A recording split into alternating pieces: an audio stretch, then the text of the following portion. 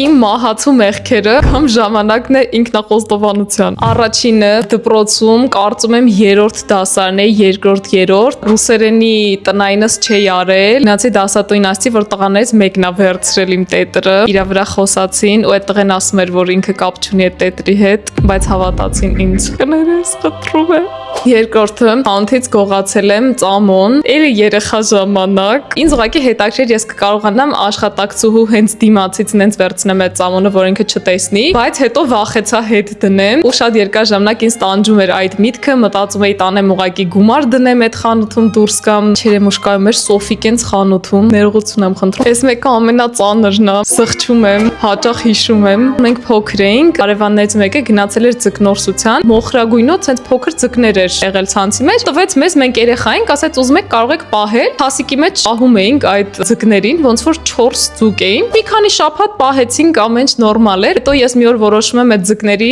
ջուրը փոխեմ, դնում եմ ծորակի տակ որ փոխեմ ու չեմ նկատում երման ջուր ա գալի, չեմ կամ պատմեմ երեխեք։ Մի խոսքով ջուրը փոխում եմ երման ջրով եւ միակ բանը որ հիշում եմ, որ այդ ձկները սենց լողացին ջրի երես, փորները դուրս եւ լքեցին մեզ։ Ես սպանեցի 4 ձուկ։ Ես հուսով եմ, որ բոլորը ինձ ներում են։ Պասպորտս հետ կտա։ Մերսի։